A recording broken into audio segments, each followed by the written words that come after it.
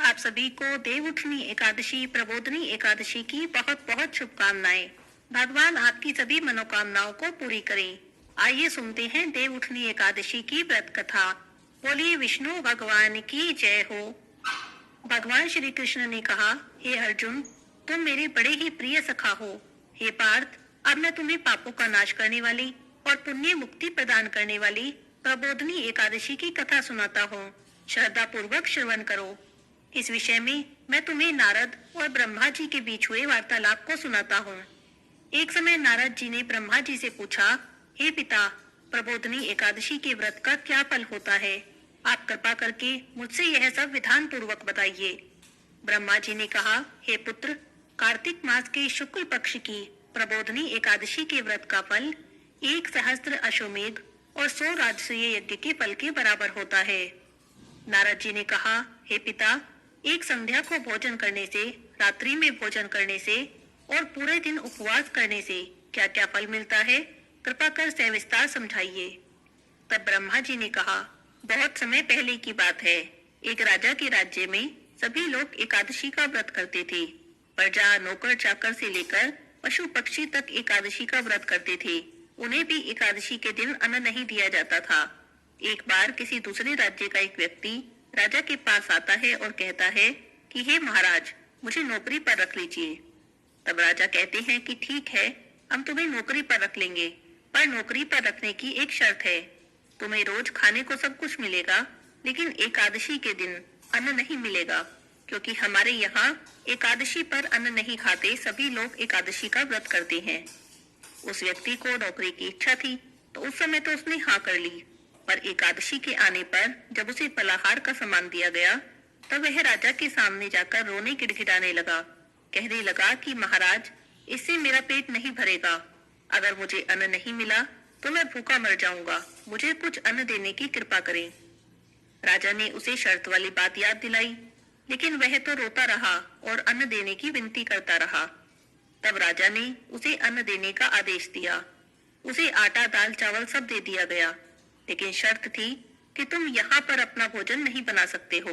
तुम्हें राज्य की सीमा से बाहर जाना होगा और वहीं जाकर तुम भोजन बना सकते हो। तब वह भोजन की सभी सामग्री लेकर राज्य के बाहर एक नदी के तट पर पहुंचा। तब उसने नदी में स्नान किया और फिर वह भोजन बनाने लगा। जब भोजन बन गया, तब वह भगवान से प्रार्थना करने लगा कि आओ भगवान, भोजन तैयार है और आप भोजन ग्रहण करो। उस व्यक्ति का नियम था, जब तक भगवान को भोग नहीं लगा देता था, भोजन नहीं करता था। तब उसके बुलाने पर पीताम्बर धारण किए भगवान अपने चतुर्भुज रूप में आए और प्रेम के साथ उसके साथ भोजन करने लगे। लेकिन उस दिन उसे भोजन प्राप्त नहीं हुआ, क्योंकि भगवान ने सभी भोजन स्वयं ही खा लिया। भोजन करने के बाद भगवान तो अंतर ध्यान हो गए और वह वापस अपने काम पर चला गया। जब अगली एकादशी आई, तब वह फिर से राजा के पास गया और कहने लगा कि हे महाराज, मुझे इस बार कुछ अधिक सामान दीजिए। उस दिन मैं भूखा ही रह गया। जब राजा ने कारण पूछा तो उसने बताया कि हमारे साथ भगवान भी भोजन करते हैं और उस दिन भगवान ने कुछ अधिक ही भोजन कर लिया, इसीलिए मुझे भोजन प्राप्त ही नहीं हुआ। हम दोनों के लिए यह सामान पूरा नहीं हुआ। यह सुनकर राजा को बड़ा आश्चर्य हुआ। तो राजा बोला, मैं नहीं मान सकता कि भगवान तुम्हारे साथ भोजन करते हैं।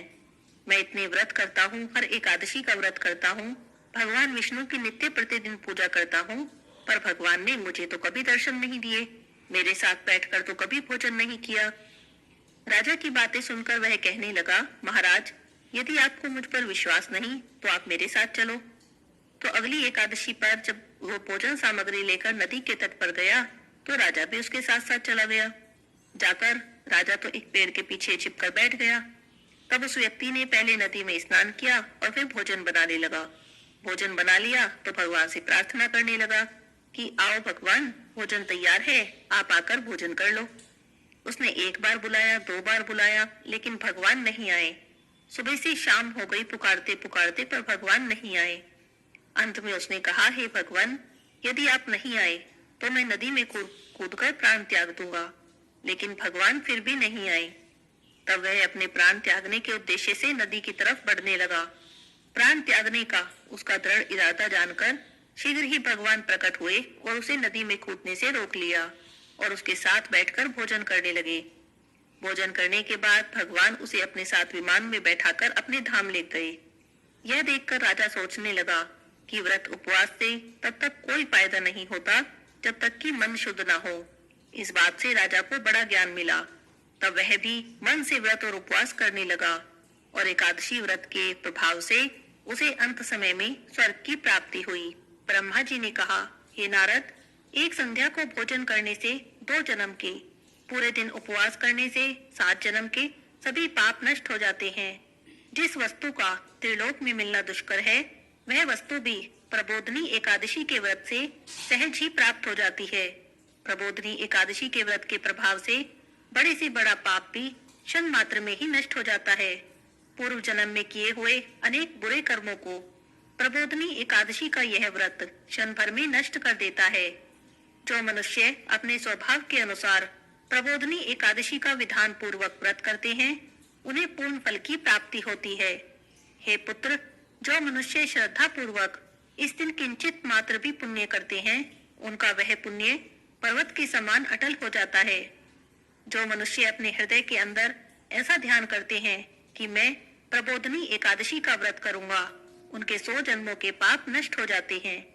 जो मनुष्य प्रबोधनी एकादशी को रात्रि जागरण करते हैं, उनकी बीती हुई और आने वाली 10 पीढ़ियां विष्णु लोक में जाकर वास करती हैं। नरक में अनेक कष्टों को भोगते हुए उनके पितृ मुक्त हो जाते हैं और विष्णु लोक में जाकर सुख भोगते हैं। हे नारद, ब्रह्म हत्या आदि विकट पाप भी प्रबोधनी एकादशी के दिन रात्रि को जागरण करने से नष्ट हो जाते हैं। प्रबोधनी एकादशी को रात्रि को जागरण करने का फल अश्वमेघ आदि यज्ञों के फल से भी ज्यादा होता है। सभी तीर्थों में जाने, गो, स्वर्ण, भूमि आदि के दान का फल प्रबोधनी एकादशी के रात्रि के जागरण के फल के बराबर होता है। हे पुत्र, इस संसार में उसी मनुष्य का जीवन सफल है जिसने प्रबोधनी एकादशी के व्रत द्वारा अपने कुल को पवित्र किया है। इस संसार में जितने भी तीर्थ हैं, जितने भी तीर्थों की आशा की जा सकती है, वह प्रबोधनी एकादशी का व्रत करने वाले के घर में रहते हैं।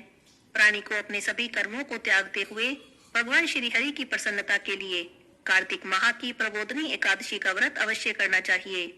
जो मनुष्य इस एकादशी के व्रत को करता है, वह धनवान होता है, योगी होता है, तपस्वी होता है और इंद्रियों को जीतने वाला होता है, क्योंकि एकादशी भगवान विष्णु की अत्यंत प्रिय है। इस एकादशी के व्रत के प्रभाव से मनुष्य जीवन मरण के चक्र से मुक्त हो जाता है। इस एकादशी व्रत के प्रभाव से कायिक, वाचिक और मानसिक तीनों प्रकार के पापों का शमन हो जाता है। इस एकादशी के दिन जो मनुष्य भगवान विष्णु की प्राप्ति के लिए दान, तप, होम और यज्ञ आदि करते हैं, उन्हें अनंत पुण्य की प्राप्ति होती है। प्रबोधनी एकादशी के दिन भगवान श्री हरि का पूजन करने के बाद यौवन और वृद्धावस्था के सभी पाप नष्ट हो जाते हैं। इस एकादशी की रात्रि को जागरण करने का फल सूर्य ग्रहण के समय स्नान करने के फल से भी सहस्त्र गुना अधिक होता है। मनुष्य अपने जन्म से लेकर जो पुण्य करता है, वह पुण्य प्रबोधनी एकादशी के व्रत के पुण्य के सामने व्यर्थ है। जो मनुष्य प्रबोधनी एकादशी का व्रत नहीं करता, उसके सभी पुण्य व्यर्थ हो जाते हैं। इसीलिए हे पुत्र, तुम्हें भी विधान से भगवान विष्णु का पूजन करना चाहिए। जो मनुष्य कार्तिक मास में धर्म पारायण होकर अन्य व्यक्तियों का अन्न नहीं खाते, उन्हें चंद्रायन व्रत के फल की प्राप्ति होती है। कार्तिक माह में प्रभु दान आदि से उतने प्रसन्न नहीं होते जितने कि शास्त्रों की कथा सुनने से प्रसन्न होते हैं। कार्तिक माह में जो मनुष्य प्रभु की कथा को थोड़ा बहुत भी पढ़ते हैं या सुनते हैं या दूसरों को सुनाते हैं, उन्हें 100 गायों के दान की फल की प्राप्ति होती है। ब्रह्मा जी की बातें सुनकर नारद जी बोले, हे पिता, अब आप एकादशी के व्रत का विधान कहिए। कैसा व्रत करने से किस पुण्य की प्राप्ति होती है, कृपा करके यह भी समझाइए। नारद जी की बातें सुनकर ब्रह्मा जी बोले, हे पुत्र, इस एकादशी के दिन मनुष्य को ब्रह्म मुहूर्त में उठ जाना चाहिए। स्नान आदि से निवृत्त होकर व्रत का संकल्प करना चाहिए।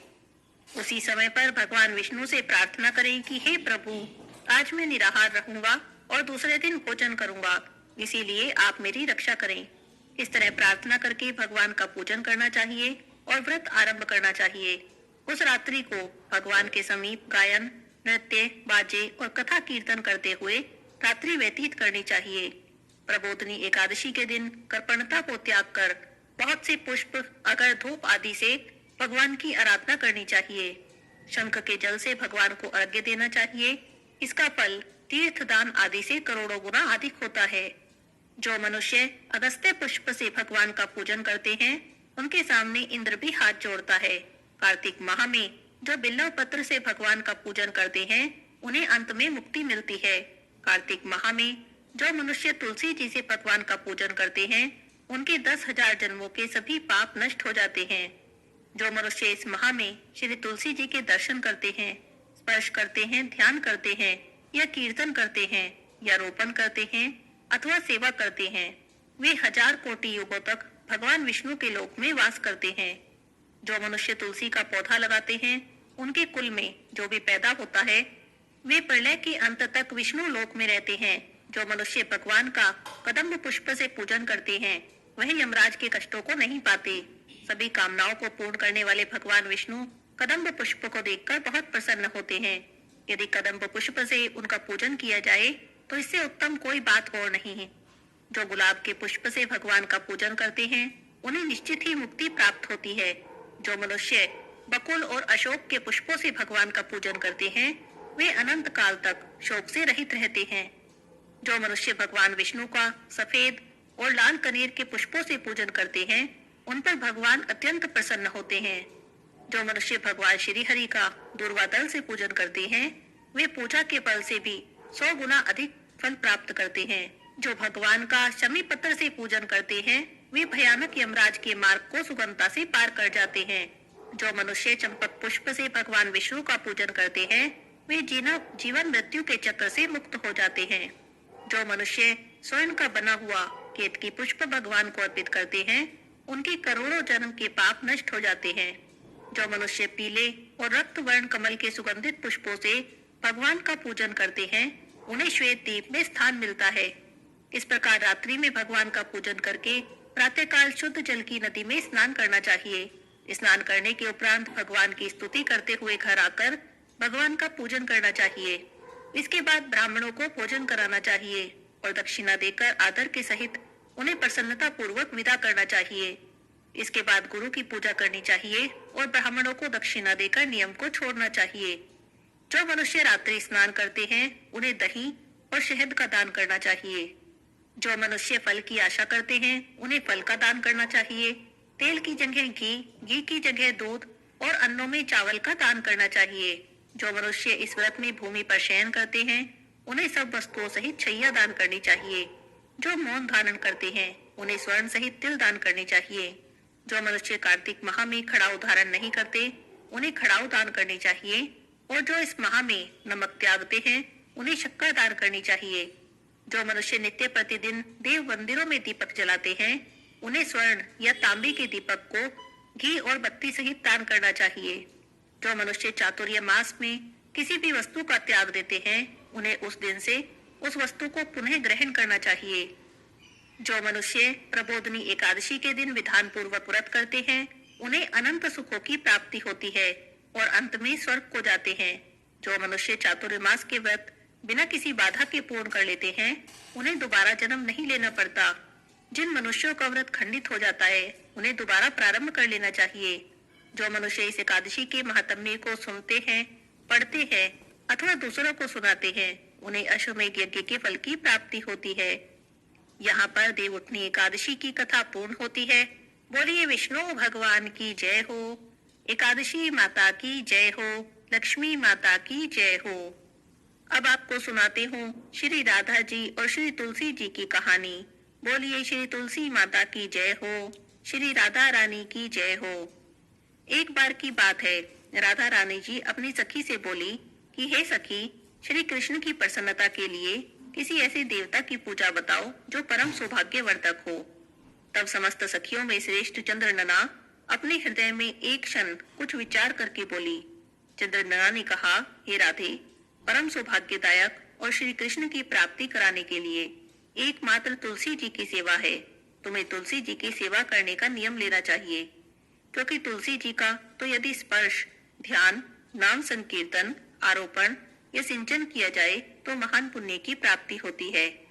हे राधे, जो प्रतिदिन तुलसी जी की 9 प्रकार से भक्ति करते हैं, वे कोटि सहस्त्र युगों तक अपने उस उत्तम सत्कर्म का फल भोगते हैं। मनुष्य की लगाई हुई तुलसी जब तक शाखा पर शाखा, बीज, पुष्प और सुंदर दलों के साथ पृथ्वी पर बढ़ती रहती है, तब तक उनके वंश में जो भी जन्म लेता है सभी 100,000 वर्षों तक श्री हरि के धाम में निवास करते हैं। जो तुलसी जी की मंजरी को सिर पर रखकर प्राणों का त्याग करता है, वह सैकड़ों पापों से युक्त क्यों न हो, यमराज उसकी तरफ देख भी नहीं सकते। इस तरह से चंद्रनना की कही बातें सुनकर श्री राधा जी ने साक्षात श्री हरि को संतुष्ट करने वाली तुलसी जी की सेवा करना आरंभ कर दिया। केतकी वन में 100 हाथ गोलाकार भूमि पर बहुत ऊंचा और अत्यंत मनोहरशील तुलसी जी का मंदिर बनवाया, जिसकी दीवारें सोने से जड़ी थी, किनारे किनारे मणियां लगी थी। सुंदर सुंदर हीरे, पन्ने, मोतियों के परकोटों से वह बहुत सुंदर सुशोभित हो रहा था। उसकी चारों तरफ परिक्रमा करने के लिए गली बनाई गई थी, जिसकी भूमि चिंतामणि से मंडित थी। ऐसे तुलसी मंदिर के मध्य में हरे पल्लवों से सुशोभित तुलसी जी की स्थापना करके श्री राधा ने अभिजीत मुहूर्त में उनकी सेवा आरंभ की। श्री राधा रानी ने आशीवन शुक्ल पूर्णिमा से लेकर चैत्र पूर्णिमा तक तुलसी जी की सेवा का व्रत लिया और अनुष्ठान आरंभ किया।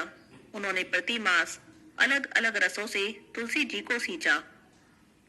कार्तिक के महीने में दूध से, मार्गशीर्ष के महीने में गन्ने के रस से, पौष के महीने में द्राक्षा के रस से और माघ के महीने में 12 मासी आम के रस से, फागुन के महीने में अनेक वस्तुओं के मिश्रित रस से और चैत्र के महीने में पंचामृत से तुलसी जी का सिंचन किया।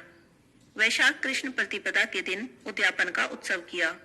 उन्होंने 2 लाख ब्राह्मणों को 56 भोगों से तृप्त करके वस्त्र और आभूषणों के साथ दक्षिणा दी। मोटे मोटे दिव्य मोतियों का 1 लाख भार और स्वर्ण का 1 कोटि भार श्री गर्गाचार्य जी को दिया।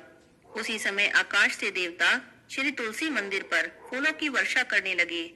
उसी समय स्वर्ण सिंहासन पर विराजमान श्री हरि प्रिया तुलसी जी भी प्रकट हुई।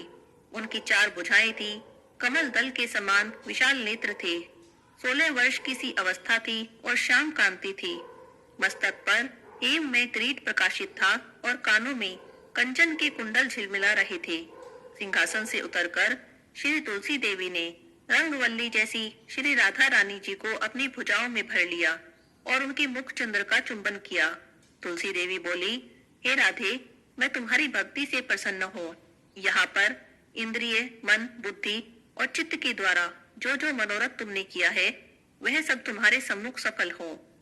इस प्रकार श्री हरि प्रिया तुलसी जी को प्रणाम करके वृषभानु नंदिनी श्री राधा रानी कहती हैं, हे तुलसी देवी, गोविंद के युगल चरणों में मेरी भक्ति हमेशा ही बनी रहे। तब तथास्तु कहकर श्री हरि प्रिया तुलसी जी अंतर्ध्यान हो जाती हैं।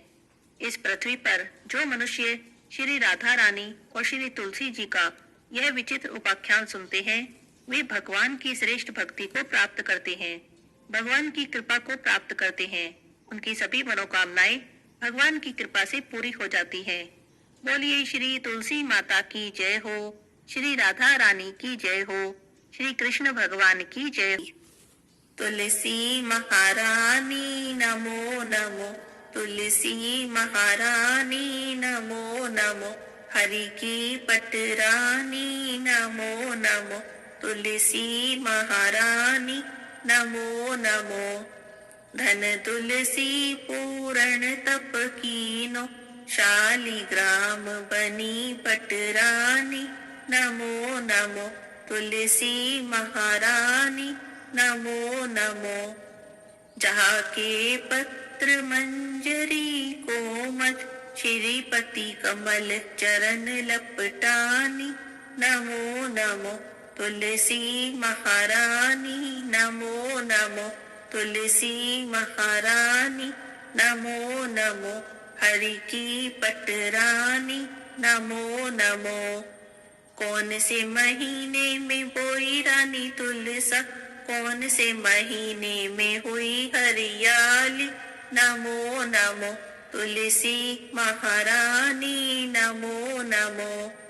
कौन से महीने में हुई तेरी पूजा, कौन से महीने में हुई पटरानी नमो नमो, तुलसी महारानी नमो नमो। आषाढ़ मास में बोई रानी तुलसा, सावन मास में हुई हरियाली। नमो नमो तुलसी महारानी, नमो नमो। कार्तिक मास में हुई तेरी पूजा, मंगसिर मास में हुई पटरानी। नमो नमो तुलसी महारानी, नमो नमो। धूप दीप नैवेद्य आरती, पुष्पन की वर्षा बरसानी। नमो नमो तुलसी महारानी, नमो नमो। 56 भोग 36 व्यंजन, बिन तुलसी हरि एक न मानी। नमो नमो तुलसी महारानी, नमो नमो। जो कोई तुलसा जी को सवेरे गाए, श्री कृष्ण के दर्शन पाए। नमो नमो तुलसी महारानी, नमो नमो। जो कोई तुलसी जी को दोपहर को गाए, खीर खांड के भोग लगाए। नमो नमो तुलसी महारानी, नमो नमो। जो कोई तुलसी माँ को शाम को गाए, श्री कृष्ण जी की आरती उतारे। नमो नमो तुलसी महारानी, नमो नमो। जो कोई तुलसी जी को रात में गाए, श्री कृष्ण जी के चरण दबाए। नमो नमो तुलसी महारानी, नमो नमो। सभी सखी मैया तेरो यश गावे, भक्ति दान दीजो महारानी। नमो नमो तुलसी महारानी, नमो नमो। हरि की पटरानी, नमो नमो तुलसी महारानी, नमो नमो। बोलिए तुलसी माता की जय हो, विष्णु भगवान की जय हो, लक्ष्मी माता की जय हो।